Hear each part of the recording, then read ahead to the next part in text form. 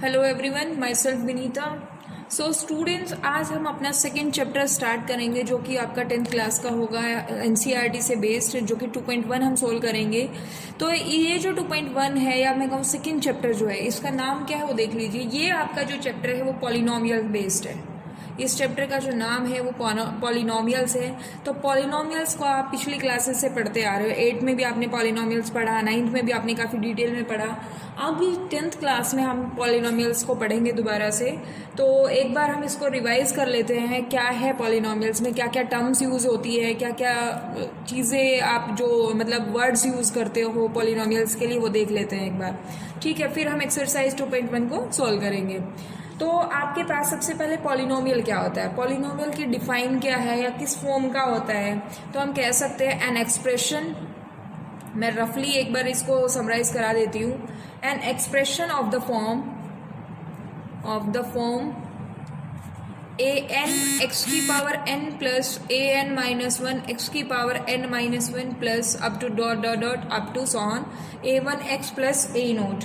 अब देखिए यहाँ पे जो एक्सप्रेशन इस फॉर्म का होगा, अब यहाँ पे where A N minus one A N minus two dot dot dot up to A one और ए नोट, ये क्या होते हैं आपके पास, आर रियल नंबर्स होते हैं, आर रियल नंबर्स। और जो n है, n के लिए कंडीशन क्या होगी, n is a whole number. Whole number भी कह सकते हो या आप कह सकते हो non negative integer, non negative integers.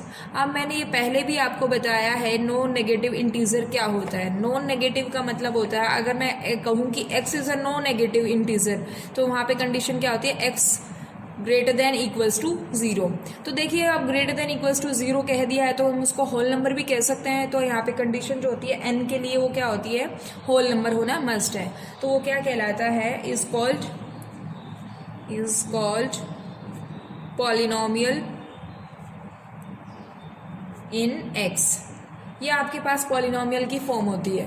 अब देखिए जरा, जो पॉलिनोमियल्स होते हैं उसमें कई चीज़ें यूज़ होती है, कांस्टेंट टर्म कहलाती है, कुछ आपके पास टर्म्स होती हैं।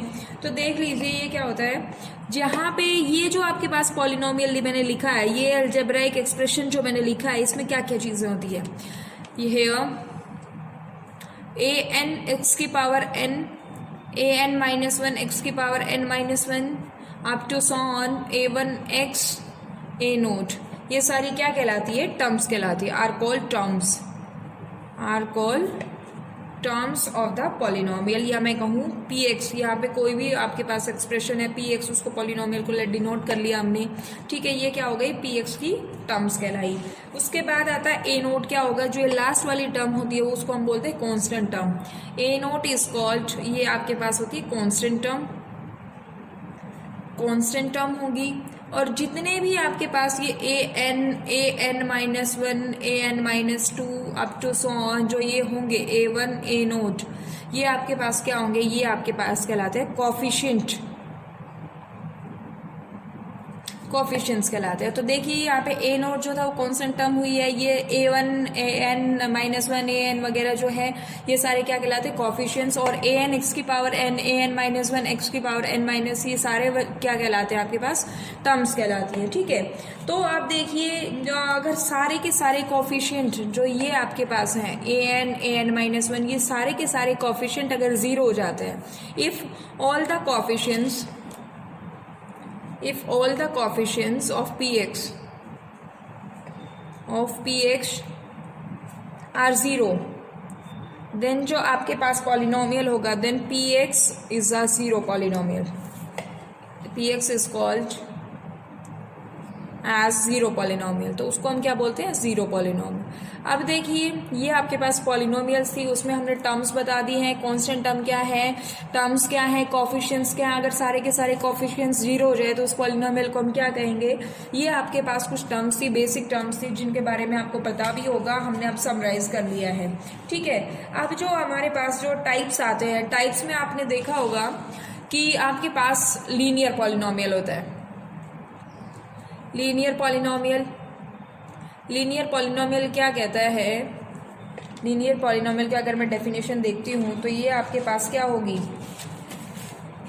ए पॉलिनोमियल ऑफ डिग्री अब सबसे पहले मैंने डिग्री वर्ड यूज़ किया, तो वो डिग्री देख लीजिए क्या होगी। कोई भी आपके पास पॉलिनोमियल है, डिग्री आप डिफाइन अगर कैसे लिखोगे, डिग्री जो होती है the highest power of polynomial, or we can say that variable, the highest power of the variable in the polynomial is known as degree of the polynomial। जो भी आपके पास पॉलिनोमियल है उसकी जो हाईएस्ट पावर होगी वो क्या होगी, डिग्री कहलाएगी। फॉर एग्जाम्पल अगर मैं कहूँ 5x पावर 4 माइनस 4x की पावर 3 माइनस 2x² प्लस 3, ये मैंने कोई px कोई पॉलिनोमियल ले लिया और मैं इसमें कहूँ इसकी डिग्री क्या है, तो डिग्री ऑफ px क्या होगी, डिग्री ऑफ px जो होगी वो कितनी होगी 4, क्योंकि यहाँ पे वेरिएबल क्या था, x था। वेरिएबल जो वेरी करता है, ठीक है, घटता बढ़ता रहता है, तो ये वेरिएबल आपके पास x है और इसकी हाईएस्ट पावर कितनी है, यहाँ पे देखिए 4 3 2 है, ये 1 है, तो ये आपके पास डिग्री क्या हुई 4 हो गई। ठीक है, अब देखना यहाँ पे जब मैंने बताया कि होल नंबर पावर्स होती है, जो n की वैल्यू जो होगी वो होल नंबर होगी। अगर मैं कहूँ फॉर एग्जाम्पल मैं कहती हूँ x प्लस 1/x, ये आपके पास एक पॉलिनोमियल है या नहीं है, तो x प्लस 1/x को आप क्या लिख सकते हैं, x प्लस x की पावर -1। अब यहाँ पे आप कहोगे कि यहाँ पे तो पावर 1 है लेकिन यहाँ -1 है, तो ये पॉलिनोमियल होगा या नहीं होगा, तो ये आपके पास पॉलिनोमियल नहीं होगा। सो इसको हम कहेंगे नॉट अ पॉलिनोमियल, क्योंकि देखिए -1 जो पावर है, -1 जो पावर है वो आपकी होल नंबर में नहीं आता। ठीक है, -1 जो होता है वो होल नंबर के सेट में नहीं जाता, तो -1 आ गया तो ये आपका क्या होगा, नॉट अ पॉलिनोमियल। ठीक है, तो इस तरीके से आपको पहचानना आना चाहिए। अगर मैं कहूँ x² प्लस √2x प्लस 1, तो ये आपके पास पॉलिनोमियल है या नहीं है, तो ये देखिए इसको हम कैसे बताएंगे कि यहाँ पे देखो x² है, तो ये आपके पास आप कहोगे कि इसकी तो पावर रूट है। हमें कांस्टेंट वाली चीज़ की नहीं देखनी, जो ये आपके पास कोफिशिएंट है इसकी पावर नहीं देखनी, हमें वेरिएबल की पावर देखनी है। अब वेरिएबल आपके पास कितना है x, इसकी भी पावर 1 है, तो ये आपके पास क्या होगा, एक पॉलिनोमियल होगा। ठीक है, आई होप आप सभी को समझ में आ रहा है। तो अब इस तरीके से आपने डिफाइन किया। अब बात आती है लीनियर पॉलिनोमियल की, क्या होती है, कोई भी पॉलिनोमियल है जिसकी डिग्री अगर 1 है तो उसको हम क्या कहते हैं, लीनियर पॉलिनोमियल। हम अगर डिफाइन लिखते हैं तो डिफाइन कैसे करेंगे इसको, लीनियर पॉलिनोमियल को, लीनियर पॉलिनोमियल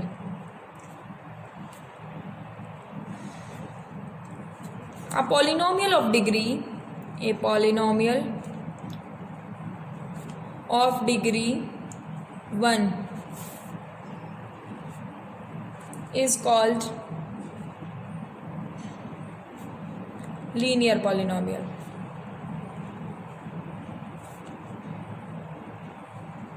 जनरल फॉर्म जो होती है लीनियर पॉलिनोमियल की होती है ax प्लस बी, जहाँ पे a और b जो होते हैं वो क्या होते हैं, real numbers, are real numbers.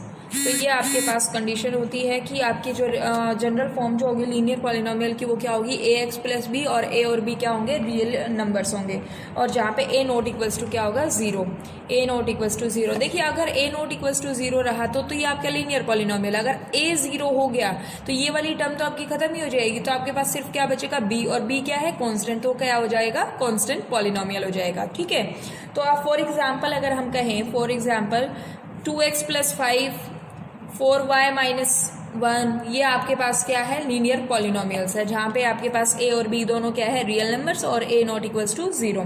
ठीक है, उसके बाद आता है क्वाड्रेटिक पॉलिनोमियल। क्वाड्रेटिक पॉलिनोमियल कोई भी पॉलिनोमियल है जिसकी डिग्री अगर 2 है, a polynomial of degree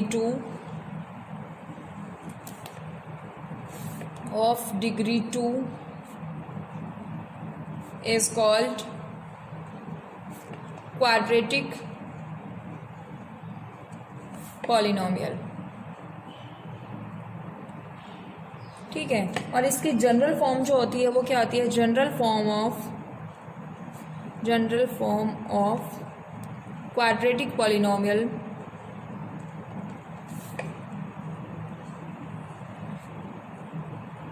is ax² plus bx plus c, जहाँ पे a b c जो होंगे वो क्या होंगे, real numbers, are real numbers, and a naught equals to 0। For example आपने कहा 3x² प्लस 5x माइनस 3, ये आपके पास क्या है, क्वाड्रेटिक पॉलिनोमियल है। इसके साथ ही हम कह सकते हैं 2y² माइनस 3y प्लस 1, ये भी आपके पास क्या है, क्वाड्रेटिक पॉलिनोमियल है। हम 10th क्लास में जो काम करेंगे वो मेनली इन 3 polynomial, linear, quadratic and third one is cubic polynomial, इन पे हम काम करेंगे। ठीक है, तो इनको आप ध्यान से समझ लीजिए। अब बात आती है क्यूबिक पॉलिनोमियल क्या होता है। A polynomial of degree 3 is called cubic polynomial. General form जो होती है क्यूबिक पॉलिनोमियल की, वो क्या होती है, ax³ plus bx² plus cx plus d, जहाँ पे a b c d जो होंगे चारों, वो क्या होंगे, real numbers, are real numbers, और a naught equals to 0। For example आप कहो 5x³ minus 3x² plus 7x plus 7, ये आपके पास क्या है, इसकी तरीके से आप बहुत सारे एग्जांपल्स ले सकते हो। तो ये क्या हो गया, क्यूबिक पॉलिनोमियल का। अब जो हमारा जो कंसेप्ट आता है वो आता है जीरोज ऑफ द पॉलिनोमियल का। जीरो ऑफ द पॉलिनोमियल क्या होता है, अगर आपके पास कोई भी जीरो को ही हम रूट बोलते हैं, ठीक है, तो अगर हम यहाँ पे डिफाइन करते हैं, हम समझाएं इसको, क्या कहेंगे, zeros of a polynomial, zeros of या roots of the polynomial, roots of a polynomial. तो ये देख लीजिए एक बार, ये क्या होगा, a real number alpha is a root और zero of a polynomial px जो है वो आपका किस फॉर्म में है, an x की power n plus an minus 1 x की power n minus 1 up to so on plus a1 x plus a naught, if and only if जो आपके पास p ऑफ अल्फा है वो अगर जीरो हुआ तो। फॉर एग्जाम्पल अगर मैं कहूँ px आपके पास है, इफ px जो है वो आपके पास क्या है, 3x माइनस 3 है, ठीक है, तो आपको इसका जीरो फाइंड आउट करना है। तो जीरो क्या होगा, जिसपे ऐसा कोई नंबर जिसको अगर x से रिप्लेस किया जाए तो वो जीरो वैल्यू कर दे। तो अगर मैं कहूँ p ऑफ 3 अगर मैं निकालना चाहूँ तो 3 माइनस 3 ये क्या होगा, जीरो, तो p ऑफ अल्फा जीरो आ गया, दैट मीन्स p ऑफ 3 आपके पास क्या आ गया, जीरो। तो मैं कह सकती हूँ here 3 is a zero of ph, zero कह लो या रूट कह लो। तो ये आपके पास क्या था, जीरोज ऑफ अ पॉलिनोमियल में ऐसी कोई वैल्यू, ऐसा कोई रियल नंबर जिसको हम किसी भी पॉलिनोमियल में पुट करें और उसको पुट करने के बाद आपके पास जो पॉलिनोमियल है उसकी वैल्यू जीरो आ जाए तो वो क्या होगा, आपका जीरो कहलाएगा या फिर रूट कहलाएगा। ये आपका कुछ बेसिक सा कंसेप्ट था जो आपने पहले भी क्लासेस में पढ़ा होगा। आई होप 9th क्लास में आपने इसको अच्छे से पढ़ लिया होगा। तो बस हमने इसको समराइज किया है। अब जो हमारा काम आएगा वो ग्राफ से रिलेट करता हुआ आएगा। पॉलिनोमियल्स को आप क्या करोगे, ग्राफ पे रिप्रेजेंट करोगे। आपने 9th क्लास में रिप्रेजेंट किया है, कोऑर्डिनेट ज्योमेट्री में आपने रिप्रेजेंटेशन अच्छा तरीके से पढ़ा होगा। मैं फिर भी कोई एग्जांपल ले लेती हूँ। तो अभी देखो जो ज्योमेट्रिकली रिप्रेजेंटेशन है उसमें हम पूरा बेसिकली ग्राफ पे काम करेंगे। आपको कोई भी ग्राफ प्लॉट करना है, आपको इक्वेशन दे दी जाएगी, तो इक्वेशन पुट करने के बाद आपका क्या होगा, ग्राफ प्लॉट करोगे। ग्राफ के बाद आपको उसे find the number of the zeros, वो ये नहीं कहेगा कि जीरोज फाइंड आउट करो, वो कहेगा number of the zeros find out करो कि इसके जीरोज कितने हैं। फॉर एग्जाम्पल अगर मैं कोई ग्राफ ड्रॉ करती हूँ, आप इसको सिंपली लैंग्वेज में देख लीजिए किस तरीके से है। मैं कोई भी ग्राफ अगर प्लॉट करती हूँ, मैंने ये ग्राफ लिया और ये ग्राफ जो है वो इस तरीके से आपका आ रहा है। ये आपका ग्राफ इस तरीके से है। आप सभी को पता है ये आपका क्या कहलाता है, एक्स एक्सिस कहलाता है। ये आपका वाई एक्सिस होता है, ये माइनस एक्स एक्सिस, और ये आपका माइनस वाई एक्सिस होता है। ये आपको एक्सिस के बारे में पता होगा अच्छे से।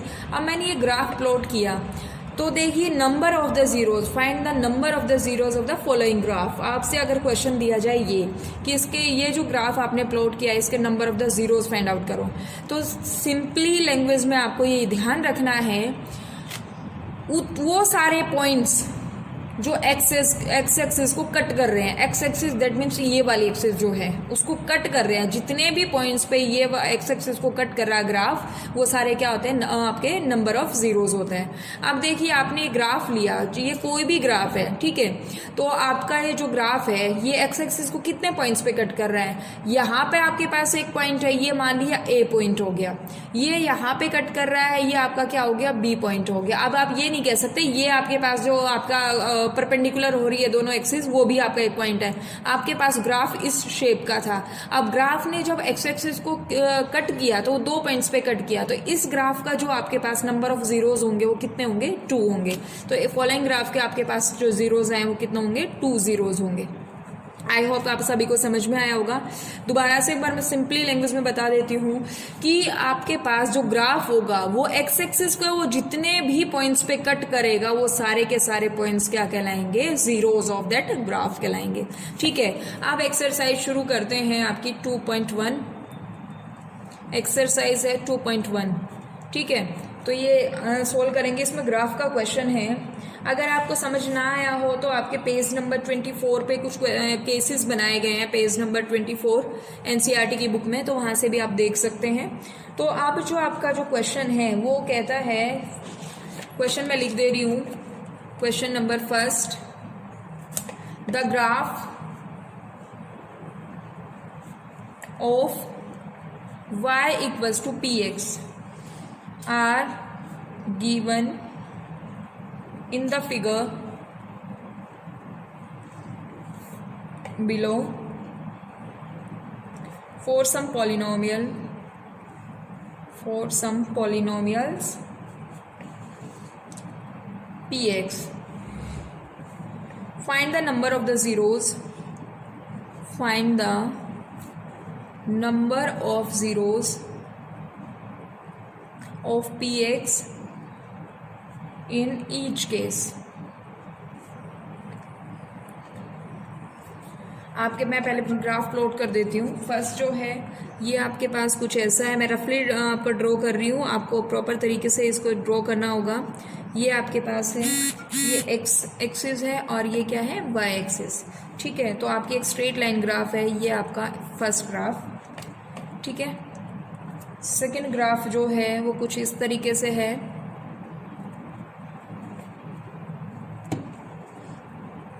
सेकेंड ग्राफ कुछ इस तरीके से है आपके पास, X Y, that is second. Third one is ये एक्स, ये वाई, ये है आपके पास ग्राफ इस तरीके से, थर्ड ग्राफ। फिर है आपके पास फोर्थ ग्राफ, ये कुछ इस तरीके से है, ये एक्स डैश होता है, सभी में आप ड्रॉ कर लीजिए, एक्स डैश, ये वाई डैश, ये एक्स डैश, ये Y dash, X dash and Y dash, ये एक्स एक्सिस, ये वाई डैश और ये आपके पास वाई। ठीक है, ये कुछ 4 पार्ट में ड्रॉ कर रही हूँ, यहाँ पे 2 और rह गए हैं, उनको आप खुद से एक बार प्रैक्टिस कीजिए। तो मैं इसमें देखिए आपको कहा है कि find the number of the zeros of P x. अब ये मत सोचना कि इसमें पी एक्स तो दिया ही नहीं हुआ, तो अब नंबर ऑफ जीरोज कैसे, आपको सिर्फ ग्राफ दिया है और ग्राफ को देख के आपको पता लगाना इसके कितने जीरोज हैं। तो मैंने आपको ऊपर समझाया कि जो आपके पास ग्राफ होगा वो आप एक्स एक्सिस को जितने भी पॉइंट्स पे कट कर रहा है वो उसके क्या होंगे, नंबर ऑफ जीरोज होंगे। अब देखिए ये एक स्ट्रेट लाइन ग्राफ है, ये एक्स एक्सिस को टच ही नहीं कर रहा है, तो टच नहीं करना है दैट मीन्स ये जीरो है, इसके पास तो जीरोज है ही नहीं, तो यहाँ पे आप लिखोगे नो जीरोज, तो इसके एक भी जीरोज नहीं है क्योंकि ये आपके पास स्ट्रेट लाइन ग्राफ है और यहाँ पे आपके पास ये वाई एक्सिस को कट कर रहा है। लेकिन हमने तो वाई एक्सिस का कुछ जिक्र ही नहीं किया, हमने कहा जो ग्राफ होगा वो अगर एक्स एक्सिस को जितने पॉइंट्स पे कट करेगा वो उसके क्या होंगे, नंबर ऑफ जीरोज होंगे। अब इस सेकंड ग्राफ देखिए, ये जो ग्राफ था आपको दिया गया था, ये एक्स एक्सिस को एक पॉइंट पे कट कर रहा है, ये पॉइंट ए पे, तो आपके पास इसके कितने जीरोज होंगे, 1 0 होगा। आई होप आप सभी को समझ में आ रहा है। इसका 1 0 हो गया सेकंड पार्ट का। थर्ड पार्ट देखिए, अब जो ये ग्राफ था ये एक्स एक्सिस को कितने पॉइंट्स पे कट कर रहा है। यहाँ पे ये एक पॉइंट है, इसको आपने मान लिया ए, ये जो पॉइंट है इसको आपने मान लिया बी, और ये जो पॉइंट है इसको आपने मान लिया सी। तो देखिए ये जो ग्राफ आपको दिया गया था ये एक्स एक्सिस को 3 पॉइंट्स पे कट कर रहा है, तो इसके कितने जीरोज होंगे, 3 जीरोज। इसी तरीके से आप इस ग्राफ को देखिए, इस ग्राफ में जो ये ग्राफ था इसको एक्स एक्सिस पे कितने पॉइंट्स पे कट कर रहा है, 2 पॉइंट्स पे। तो ए और बी आपने 2 इसके पॉइंट्स मान लिए, और ये कितना हो गया, 2 जीरोज इसके हो गए। ये 4 पार्ट मैंने इस एक्सरसाइज के करा दिए, 2 पार्ट और रह गए हैं, वो आप खुद से ट्राई करोगे। और कुछ भी ना समझ में आया आपको तो आप कमेंट सेक्शन में हमें बता सकते हैं। आज के वीडियो में इतना ही, नेक्स्ट लेक्चर में हम एक्सरसाइज 2.2 को सॉल्व करेंगे, ठीक है। So thank you so much.